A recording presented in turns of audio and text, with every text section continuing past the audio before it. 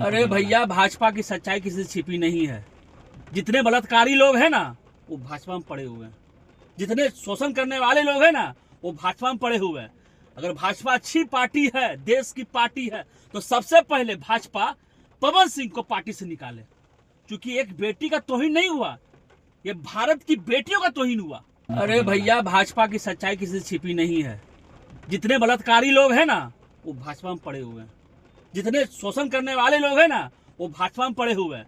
अगर भाजपा अच्छी पार्टी है, देश की पार्टी है, तो सबसे पहले भाजपा पवन सिंह को पार्टी से निकाले।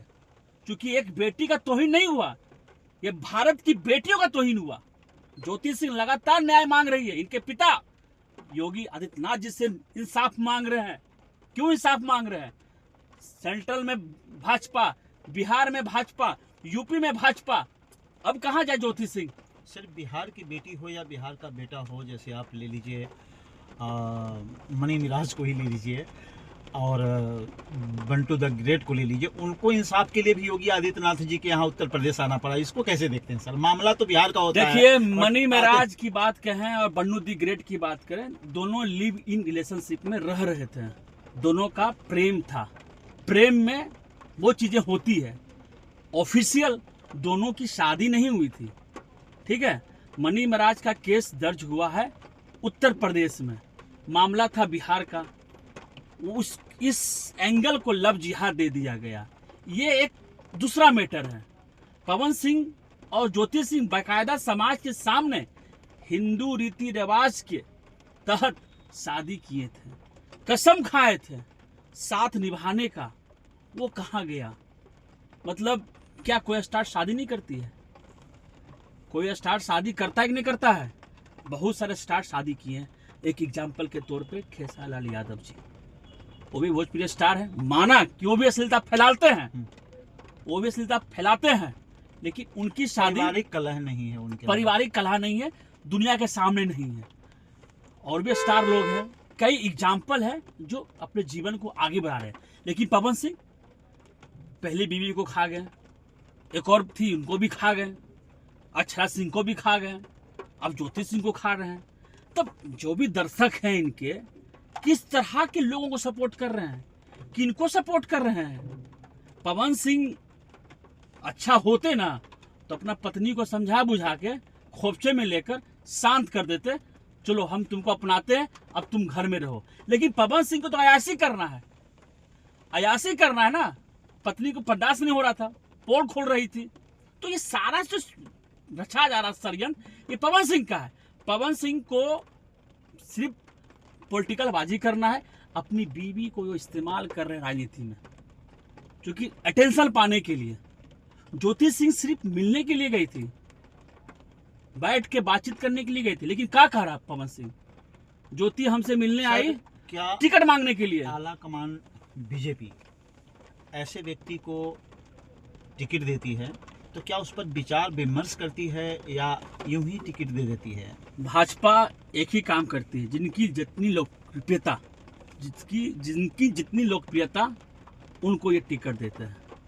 उनको मतलब नहीं है जो टेंट लगाया, जो दरी उठाया, जो कुर्सी ढोया, जो पूरा सेवा दिया जनता को, भाजपा उनको टिकट नहीं देती है। जो पैराशूट से लैंडिंग करती है ना, उनको टिकट देती है। क्या और काबिल नेता नहीं है क्या भाजपा में? है, उनको टिकट मिल सकता था। लेकिन ये लोग क्या करते हैं, ये जो स्टार लोग होते हैं, उनका मेहनत, उनकी लंबी संघर्ष को खा जाते हैं। इससे क्या होता है, जो पार्टी में समर्पित रहते हैं पूरा जीवन, उनको आशा होता है कि हमें मौका मिलेगा। पवन सिंह तो कल्टीबाज आदमी है, जहां मौका मिलता वहां चले जाते हैं। इससे पहले उनको मौका नहीं मिला, लोकसभा चुनाव में भिड़ गए निर्दलीय। तो इस बार मौका मिल रहा है तो चलेंगे बीजेपी में। पवन सिंह जी पावर स्टार हैं और कहते हैं कि हम ही पावर स्टार है जहां पैर रखते हैं। और एक इंटरव्यू मैंने उनका देखा कि आप 4 घंटे 5 घंटे टीवी पे बोलते रहो, कुछ नहीं होगा, लेकिन हम चुप 30 सेकंड अगर हो जाएंगे तो टीआरपी बढ़ जाता है। तो वैसे व्यक्ति को फिल्म इंडस्ट्री छोड़ करके राजनीति में जाने का सर क्या मतलब था? पावर यहीं से शुरू होला, पावर यहीं पर खत्म होला। ये पवन सिंह का पॉपुलर डायलॉग है। लेकिन इनका पावर सिर्फ यूट्यूब पर है। अगर यूट्यूब ना होता, तो पवन सिंह जैसे पावर खत्म हो जाता। बात करें फिल्मों की, ये जीरो हैं। बात करें गाना की, वो जीरो हैं। अब इनको नेतागिरी ऐसा ही करना है क्योंकि इनको माल कमाना है। वहाँ तो माल ज़्यादा कमाएंगे नहीं, नेता बनते हैं, मंत्री बनेंगे और माल छापेंगे, क्योंकि सबसे ज़्यादा भ्रष्टाचार बिहार में व्याप्त है। माल दाबेंगे, माल चापेंगे, क्योंकि जितना को कमाना था तो आप कहना चाह रहे हैं सर, लिमिट दायरा था। भ्रष्टाचार करने के लिए वो हाँ, जा रहे हैं। भ्रष्टाचार खुद भी करेंगे, भ्रष्टाचार करवाएंगे भी और पूरा माहौल बनाएंगे। इनको कोई समाज सेवा नहीं करना भैया, इनको सिर्फ पैसा कमाना है। ये कोई बिहार का बेटा नहीं है, ये मौसम वैज्ञानिक है। मौसम वाले पक्षी हैं ये, जहाँ मौका मिलता है वहाँ चले जाते हैं। ये कोई सेवा करने के भाव से नहीं आ रहे हैं।